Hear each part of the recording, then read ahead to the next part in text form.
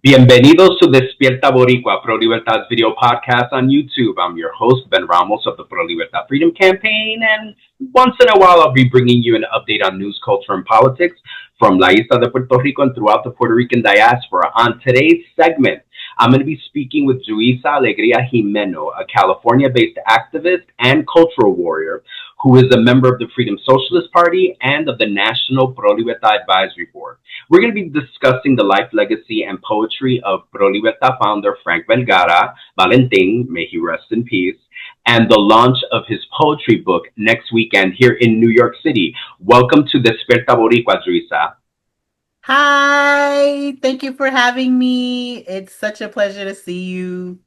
I know, it's wonderful to see you. So, guys, full transparency. Luisa and I are family. And I forgot something in your intro, which is very powerful, is that Luisa is Frankie's daughter. Yes, I So am. there's a lot of history, a lot of stuff there. So, hmm Luisa, let's share this question. When somebody asks you who was Frankie Vergara, how do you answer? Well, first and foremost, I say he's my dad, and someone that he was born in Santurce or San Mateo de Cangrejos in Puerto Rico, and who was raised by two warrior women, his mom and his grandmother.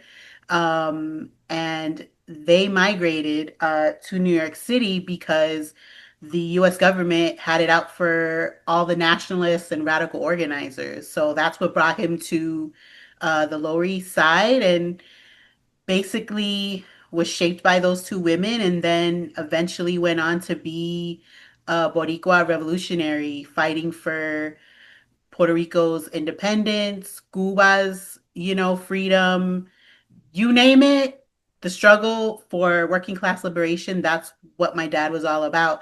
He also made some of the best arroz con gandules and coquito on the planet, hands down. So, and he loved coffee out of his little grequita.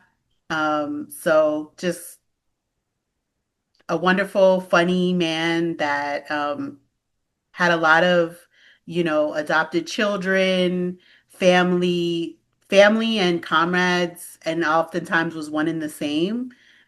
He gave his life for the movement and to love and support the chosen family around him. So I know that's a mouthful, but and that doesn't even cover everything that he is and was. I answer almost exactly the same way. I would say, Lisa, you and I share maybe like 95%. Because I had the pleasure and displeasure of living with your father for many years. So your dad was a mentor to me and lots of other people, a pillar Mhm. of struggle and revolution. I mean, your dad really, folks. When Teresa says that Frankie gave his life to the movement, he did. Frankie survived the 1970s with COINTEL, pro repression, and all that, and continued working for over 50 something years. Again, Puerto Rico, Cuba were close to his heart, but there was Vietnam. There was solidarity with Palestine. There was solidarity with all working class revolutions around the world. Frankie was a staunch independentista, a Mhm. loud and proud Marxist Leninist socialist. Like Frankie was struggle, and yeah, he had a lot of us that were adopted kids, adopted students, of all ages. Frankie was a mentor to people sometimes even that were older than him that found struggle later in life. Mhm. So it's Wow. and then on top of everything that Frankie was also an artist. Frankie was a poet. Frankie he used to always say that poetry was one of the things that helped him get past like life and tragedy because there was a lot of tragedy. Teresa mentioned his mother and grandmother, both who raised him, who passed on, and Frankie had siblings that unfortunately had been victims of the poverty environment and victims of what capitalism does to people of color with drugs and poverty and all of that. So Frankie made a lot of us as chosen family, and one of the ways that he was able to love us and move past things was he wrote poetry in Spanish. So Juisa and I, full transparency, folks, this is a big old commercial for a wonderful event that we're gonna have. Juisa, let's talk a little bit. We've been working now for the past 2 years on Hmm. this release of this poetry book. Tell us a little bit about the poetry book and what this experience has been like for you. Okay. Well, his poetry book is called My Lower East Side Poetry Story, because that's where he was partly raised in LES. And it's there are beautiful, like a beautiful introduction by Father Luis Barrios and a epilogue. I forget what they're called. I'm not a book publisher, but anyways, so two folks very close to him give you a context for what you're going to read in the book by Father Luis Barrios, and then his, sister comrade, Lulu. Um, Lourdes, she wrote this beautiful kind of overview of his life. So if you had never met him, didn't know him, or just knew his name, or knew his face, you're gonna get a really good slice of his life. That kind of sets the tone for the poetry. And then the poems are incredible. They're mostly in Spanish, some are in English, that range from his journey of love, being a parent, the movement, people that have meant so much to him personally. It's just the poems are incredible. A lot of passion, honesty, a lot of pride. And for me, being able to work on this for the past 2 years has been a real labor of love. As he was dying, and I visited him in New York several times, I remember him telling me when we had a quiet moment by ourselves, he was like, Juisa, I need you to lead getting his getting my poetry published. And I was like, ooh, I've never been on the ground helping come through that, come through that process to publish a book. I've had written essays in a book that's been published, but I haven't had to figure out all the ins and outs. So here we are, the Frankie Velgara Valentin Poetry Book Committee, and we figured it out. And I'm just really proud. And it's just, I feel like every time I read one of his poems, it's like he continues to live on, and there's so much love and passion and integrity and just saying it the way it is, for him personally and politically and personally. So it's just been really, really wonderful. And I do have to give a shout out to um, David Betha, your partner, because he found the poems, because we had been looking for the poems in print form all over the apartment. We were like, we don't know where it is. And my dad had already saved them on a computer, on a USB drive. So shout out to David Beta. Thank you so much. We wouldn't have been able to do this if he had made that discovery, So yeah. So we've been working hard. The committee, we're activists, chosen family, artists. Like the art that you're gonna see on the front cover and throughout was designed by Cesar. Um, and he has a little shout out in the acknowledgement section, but he did an amazing job. And you'll see all the acknowledgments at the end, so I don't want to you know, give that laundry list, but it was a labor of love for each and every one of us. From me in LA, Bobby in Tennessee, and then Jersey, New York. So it was a national effort to get this done. So, And I'm proud to say, a national effort by a lot of people that, of course, are part of the Pro Libertad Advisory Board, but also parts of different organizations who were mhm, super busy, who we've dedicated out of 2 years worth of Sundays. We're like, we got to mhm, meet once or twice a mhm, month. We got to get this mhm, together. And yeah, different organizations, the Jericho Movement, Pro Libertad, Call to Action on Puerto Rico, just a lot of folks that we are all family to, like all the family organizations, because Frankie, mhm, as we prefaced a bunch of times, Frankie was a part of every group under the sun. So Frankie was, but like his babies were Pro Libertad Call to Action in Jericho. So we were Mm-hmm. all able to get together and we said, we got to make this happen. Yeah.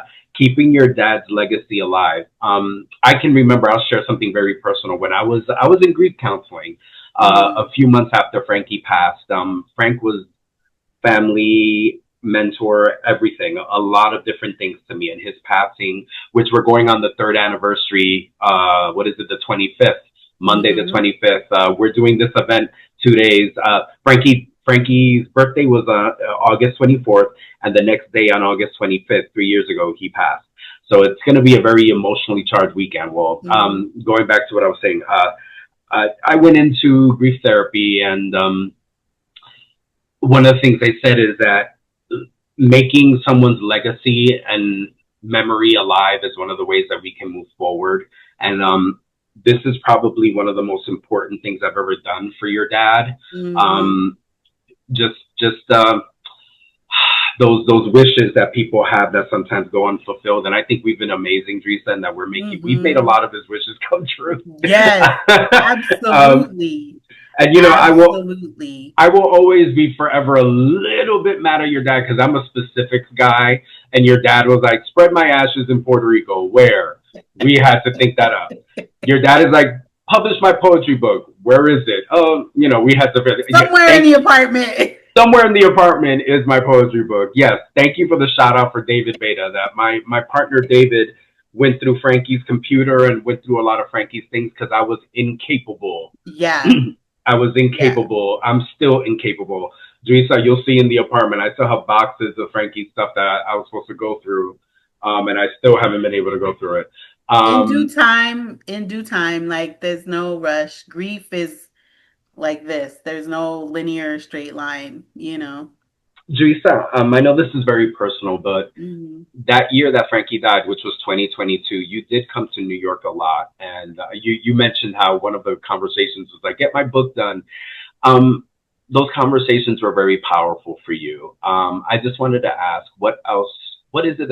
Something else you could share about those conversations with your dad? Because I know it, your history with your dad was very complicated, and I'm just wondering Hmm. if there's anything else you'd Yeah, like to share. What else? sure. What other memory of your dad sticks out to you?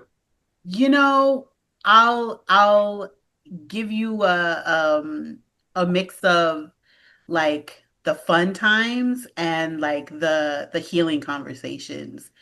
He taught me how to make an egg pizza. So he would give me instructions. So like, or I would make his coffee and I would get it just right. And so just being able to, we both love Queen Latifah, so we watched um oh my gosh. I forget the name of Equalizer. the Equalizer, yes. We watched the Equalizer. And so we enjoyed, a lot of laughter. He would share stories from his childhood and organizing days. I think the most healing conversation that we had, without going to too many details, is just the complicated nature in which I was born and our relationship. Because, he was in and out in and out of my life, not by my choice or his choice. It was what it was. Nowadays we have like co-parenting and like all these like more progressive ways of how to handle, relationships that have children. But I think really getting some things clarified about what happened, but also like just reaffirming that I was loved no matter what the circumstances were, and that my existence and my identical twin LL uh, was always known by everybody. So I think having that conversation is really important, because a lot of folks go through life where there are secrets or like just things are clouded or just not clear, and they never get the opportunity to get things cleared up or healed. And I'm very thankful that we were able to have those conversations. And regardless of, you know where I grew up or how I grew up, he was weaved into that tapestry of my life. Like, and he loved taking photos. So some of the best photos of me being my cheesy, outgoing self, he captured them in photo, and some of my best memories as a child included him, and it's something that I'll always be grateful for that, you know, adults with children is complicated no matter what the circumstances are. And mind you, I was born and raised in Boston. He lived in New York. And even though that's a lot closer, it's hours away and with two busy people and just like full complicated lives. But I think for me, just that healing conversation, you know, and also just learning more about where his mom and his grandmother, my grandmother and great grandmother, where they came from, so that was really important, and I think, it just some of the wonderful parts of visiting him over the years, but it intensified the last, I think, year and a half of his life. I really got to see where parts of my personality, my laughter, my sense of humor, when I visited family in Puerto Rico, they're like, oh my God, you point your hands just like your dad, or the way that you phrase things, your dad would do stuff like that. So that was like, yay, that regardless, he's in me, and I don't think it's any accident that like both my mom and my dad were part of the movement, but I followed in his footsteps and my mom's footsteps, like being a member of the Freedom Socialist Party and Radical Women, like I also became an activist, and I don't think if I had both those foundations and knowledge, who knows, I'd just be, just I don't know where I would be, but being part of the movement and having that legacy, to be proud of and,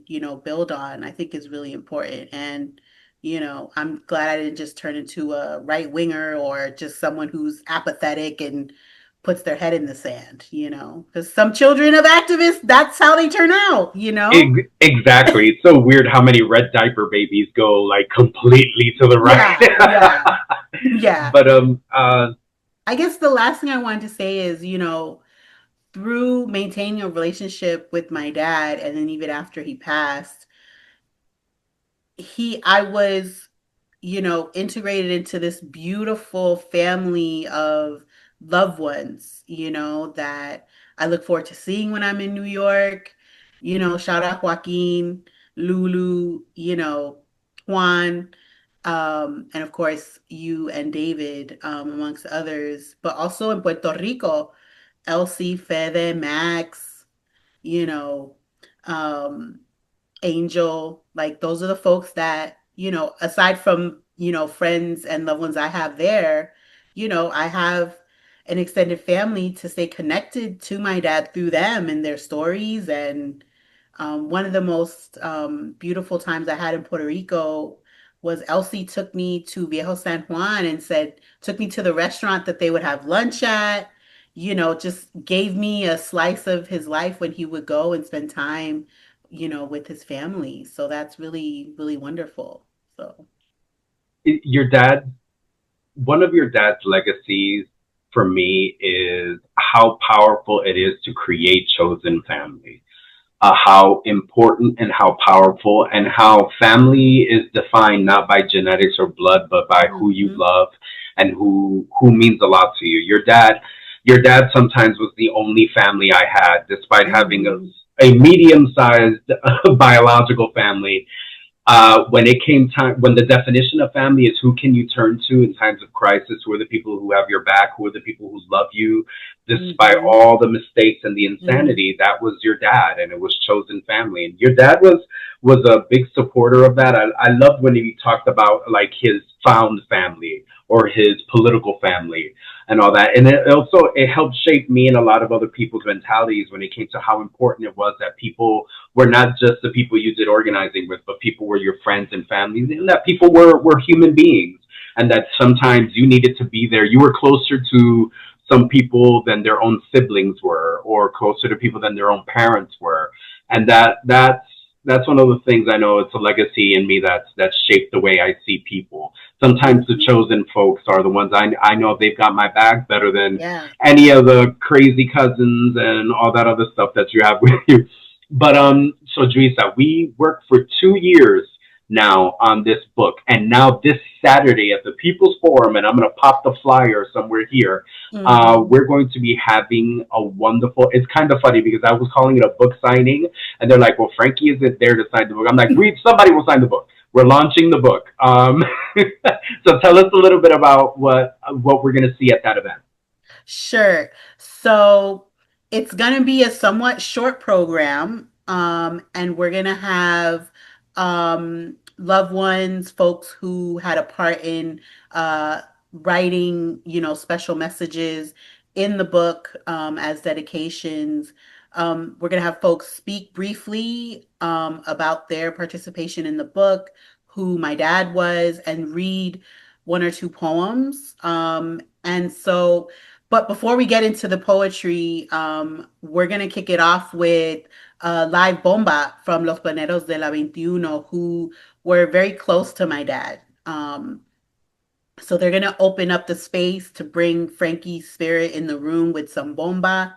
Then we're going to go into having a short list of speakers talk about what Frankie meant to them and read some poems so people get a flavor of the poems that they will read once they get their copy. And then we're going to close out the event with more bomba, a more extended bomba offering. And then throughout the event, we'll have a table with the book and come by, get a copy of the book. And that's basically what we're gonna do. So some short messages of love, read some poems, enjoy bomba, and then have folks come and get their copy of the book. So the book is $10 or sliding scale or whatever you can pay. Because the main thing is we want people to get their hands on a copy of the book. Your financial situation doesn't matter. We just work it out.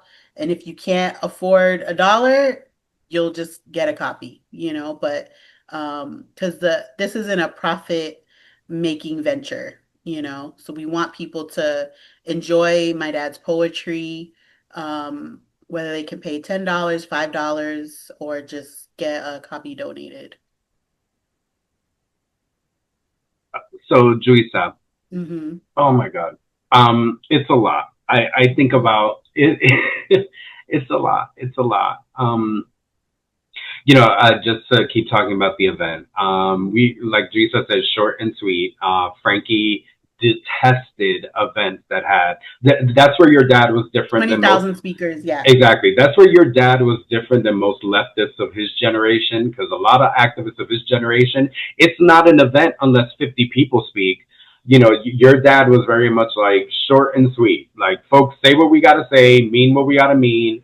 And of course, your father loved to dance. Your father loved the party. That was another aspect of Frankie. Frankie loved the sense of community, of celebration. I lived here with Mhm. him, and I'm the homebody. I don't want people in my house. Frankie was always the one that was like, we have to have a Christmas party. We have to have a Three Kings party. Oh, this person is coming from Puerto Rico. We have to have a reception here. We have to have a get together here. Oh, I'm making a dinner. Everyone's coming. So your dad was loved the idea of community, of collectivity. So come out, folks. Those of you, come out, come learn about Frank, come hear wonderful poetry. Everyone that's speaking is going to read one or two of his poems so that we share the poetry together. And come and just have fellowship and friendship and Mhm. comradeship and get together Mhm. and have a great time. Juisa, as we're wrapping up, I just want to ask, because I feel I love how we share memories. You and I will do this together. Share a favorite memory of your dad. Teaching me how to make his arroz con gandules, hands down, Hmm. in his kitchen. Hmm. Your My favorite memory of your dad is a kind of a weird one. That year that he died, he was going in and out of hospitals, and we had gotten him into Joaquin Morante. Some of you know Dr. Joaquin Morante. Many of you know him from the ELAM, the school, the International Latin American Medical School, and Joaquin has spoken on that behalf a lot. That he is Frankie's godson, and we had gotten Frankie into his hospital so that we could all keep a really good eye on him. And your dad and I were there, and your dad was freezing cold. He was Mm. frail. He would pass maybe 3 or 4 months later, and excuse me. Your dad looked at me and he said, "I am so sorry that I'm such a burden." And I looked at him and I almost in tears was like, "You are not a burden. You are my family. You are our family. We love you and we will do anything for you." And he, weak as he was able to sit up a little bit and give me a big hug. And he laid back down and he looked very much at peace. And he closed his eyes, and for a hot, I've never shared this because the way he closed his eyes and he looked at peace, I was like, "Oh my God, did he just die? Did he just?" And but then he kind of like woke up and said something else to me about, he started complaining about the cold. And I remember being there in shock, like, "Oh my God, did he just die? Did he just die?" And then he woke up and then complained about the cold. And I was like, "Okay, we still got him with us." He would pass Mhm. a few months later.